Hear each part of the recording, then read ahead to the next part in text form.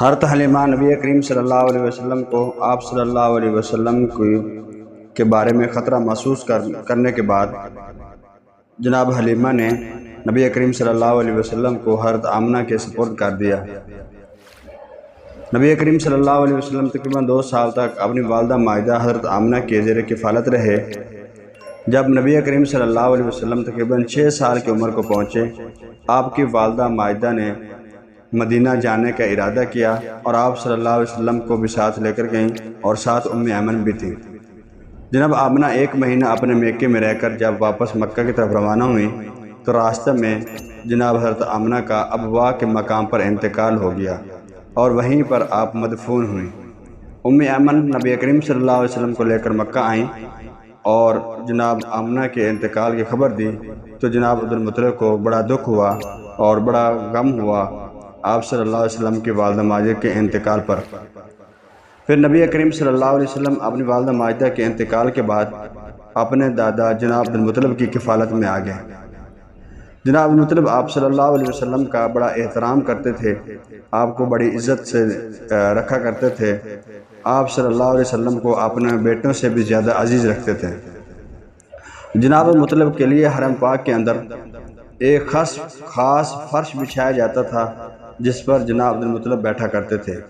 اس خاص فرش پر کسی کو بیٹھنے کی جرات نہیں ہوتی تھی اور کوئی بھی نہیں بیٹھتا، کوئی پاؤں تک نہیں رکھتا تھا، حتیٰ کہ جناب عبدالمطلب کے بیٹوں کو بھی وہاں پر بیٹھنے کی اجازت نہیں تھی۔ لیکن جب نبی کریم صلی اللہ علیہ وسلم آتے تو بے تکلفانہ آ کر اس فرش پر بیٹھ جاتے۔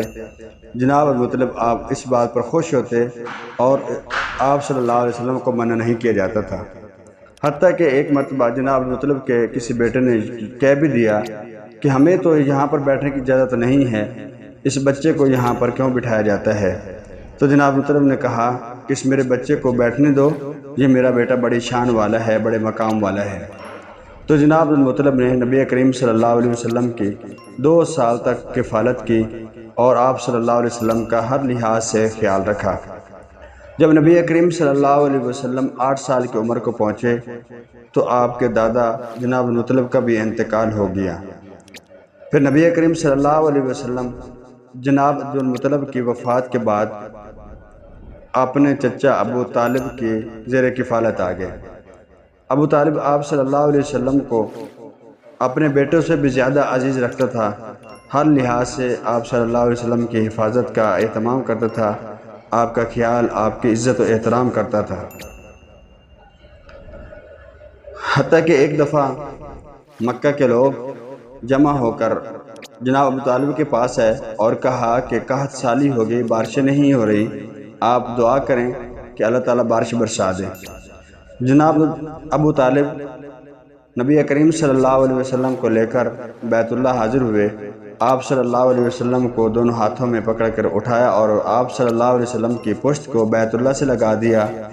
آپ صلی اللہ علیہ وسلم نے اپنی شہادت کی انگلی آسمانوں کی طرف اٹھائی اور اشارہ کیا کہ ہر طرف سے بادل آئے اور مکہ کے اندر بارش برسنا شروع ہو گئی اور آپ صلی اللہ علیہ وسلم کی برکت سے بہت زیادہ بارش ہوئی کہ لوگ خوش ہو گئے۔